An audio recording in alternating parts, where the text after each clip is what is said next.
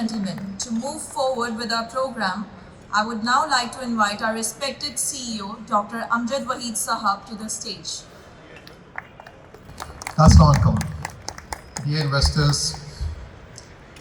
board members, colleagues and friends, Assalamu alaikum.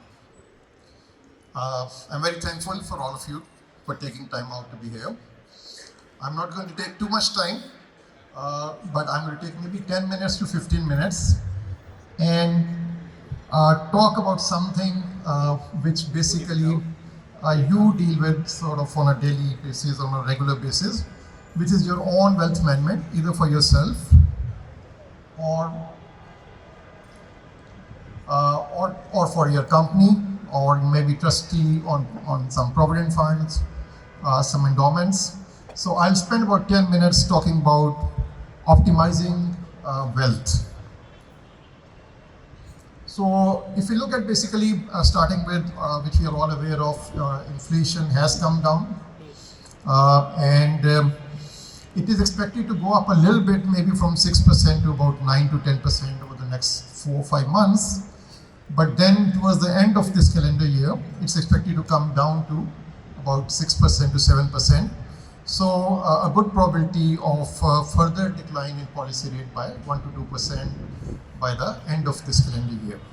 So if you look at performance of various asset classes over the last 15 years, we see that, for example, our stock fund, somebody who invested 100 rupees in the stock fund 15 years ago, today that 100 rupees has grown to some 1800 plus rupees, better than the stock market.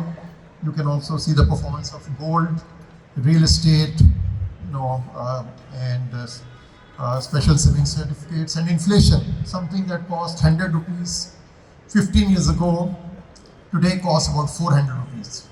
So again, you can see that basically stock market, gold, and to some extent real estate has done better than inflation over the last 15 years. So if you look at historical performance with the stock market goes in cycles.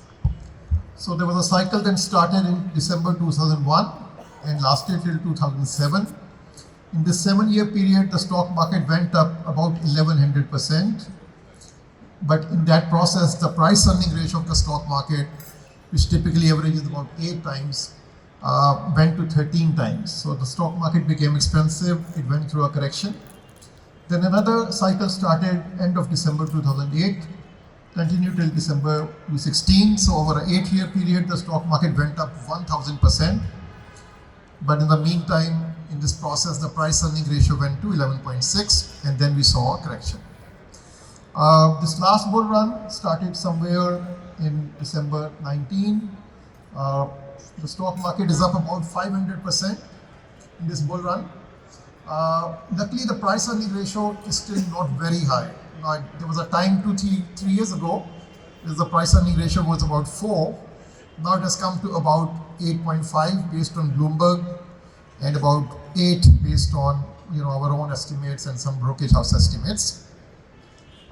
So we see further upside from here because the valuations have not become as expensive as you've seen in the last 2 bull runs. So if we look at the price earning ratio from 2006 till now, the average price earning ratio has been about 8.5 times. And if we look at one standard deviation, the range comes to 5.5 price earning ratio to 10.5. So 70% of the observations over the last 20 years fall within this range. So we believe that the stock market will remain attractive unless the price earning ratio crosses something like 10.4, 10.5. Because that's where you see that it sort of goes beyond that range, that one standard deviation range, and that's where it basically will become expensive. So if we were to make some expectations of the stock market over the next 3 years, corporate earnings is expected to grow at about 10% per year.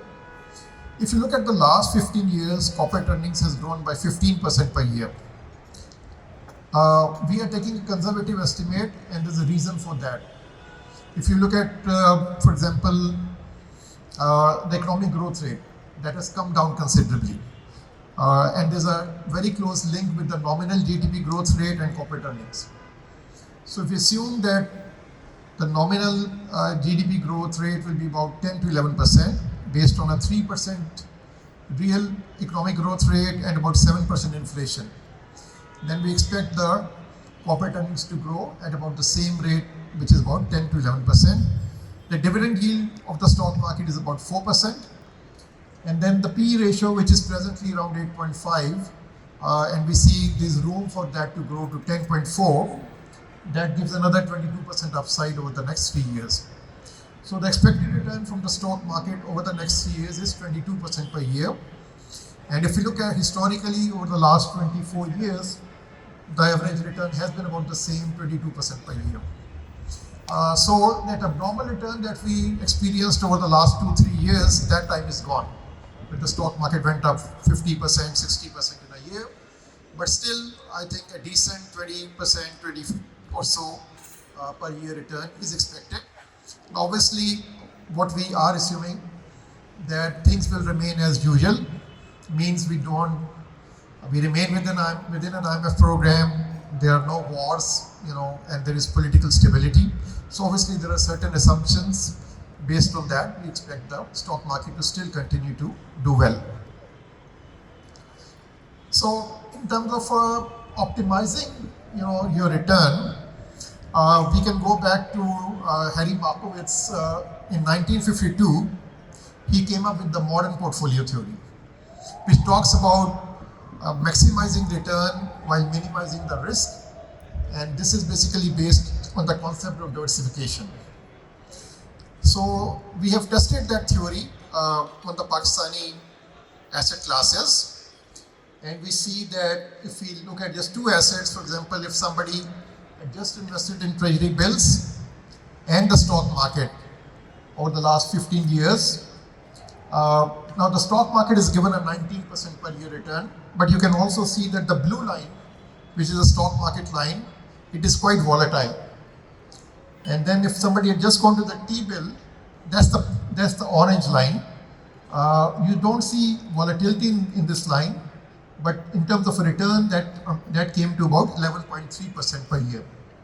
However, an optimal portfolio would have been 30% investment in the stock market and 70% in T-bills. That's the gray line in between. You see it's not very volatile, unlike the stock market. It has given a return of about 14% per year, which is better than what the T-bills gave of about 11% per year. And if you look at over a longer horizon, so 100 rupees invested in T-bills would have grown to about 487, and 100 rupees invested in a portfolio, 30% equities, 70% fixed income, would have grown to 702. So we believe that for employee funds, endowments, and even for individuals, a good asset mix is about 30% stock market and 70% safe investments like T-bills.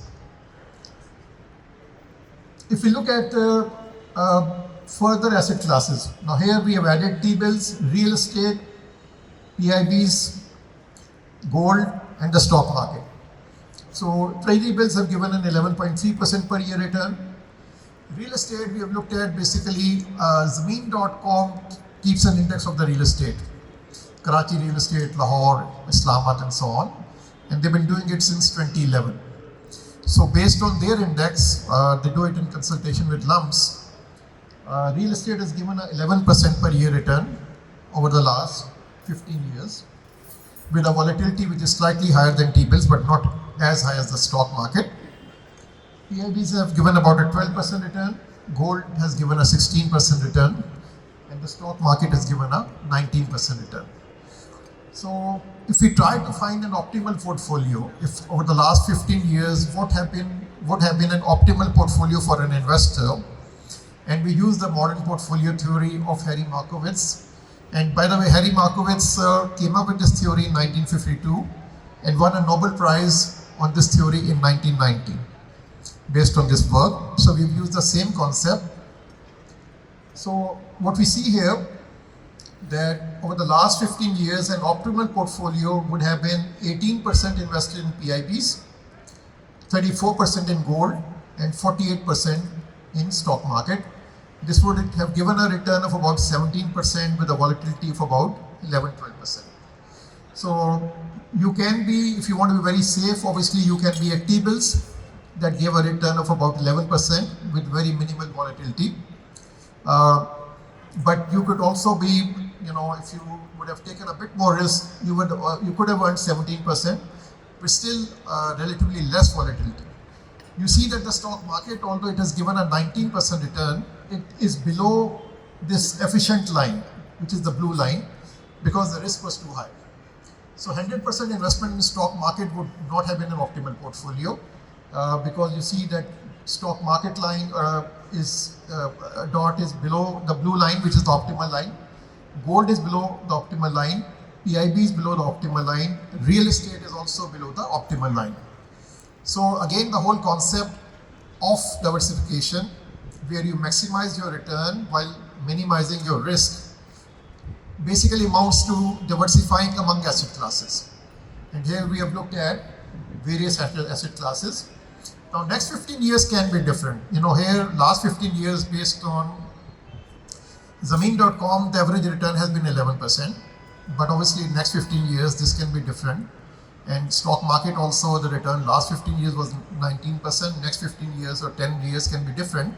But the main concept is that of diversification, that you need to diversify among various asset classes, stocks, bonds, gold, real estate, T-bills, and that will give you an optimal portfolio to maximize your return. Now again, these are average returns. For example, when we talk about real estate giving 11% return, that's an average return based on Zameen.com. I think if you had invested, Arif Habib Saab is here, if you had invested in Nia Nazmabad, your return would have been a lot higher than 11%. Tariq Rafi Saab is here. I just visited his sort of new venture, which is Ocean Gardens. I think looks like an amazing housing project. And obviously the expectations of return again would be very different than this average return. But that same thing goes with the stock market. The average return on the stock market is 19%. But if somebody had invested in Sazgar engineering, the average return would have been 50% per year. If somebody had invested in Mizan Bank, the average return would have been 40% per year. So certainly you see these outliers, or you see some companies doing amazingly well or amazingly poor, but on average you can see what the performance of certain asset classes is. For all types of asset classes, for investors to reduce their risk and optimize their return. So in terms of infrastructure and private equity, the global size of the infrastructure funds is around 16 trillion. And this includes infrastructure and private equity, venture capital, real estate. That's $16 trillion. China, the size is around 3.5 trillion. India is $450 billion, and Pakistan is less than $1 billion. And that's where we see a lot of potential, because, if you look at the development spending of the government, which includes federal and provincial, it is down to less than 2% of GDP. If you look at India and Bangladesh, they are spending about 6% of GDP on development. This gap, because of the financial constraints of the government, can be filled in by launching mutual funds, other institutions launching private equity, infrastructure and real estate funds. These infrastructure and private equity typically invest in roads, highways, power generation, power transmission, power distribution, agriculture, warehousing, railways, education, a lot of these things. So a lot of this gap that is there can be filled with launching of these infrastructure and private equity funds. Now, why we have not done it so far? Because there are certain taxation and regulatory impediments for us to launch infrastructure and private equity funds. We are hoping those will be resolved soon. We are in touch with the finance industry and FCCP on that. Once that is done, I believe the mutual fund industry has the potential to launch at least 300 to 400 billion of infrastructure and private equity funds every year, and that will offer our investors, another asset class as well. So just a quick brief on investments. Thank you so much for your time.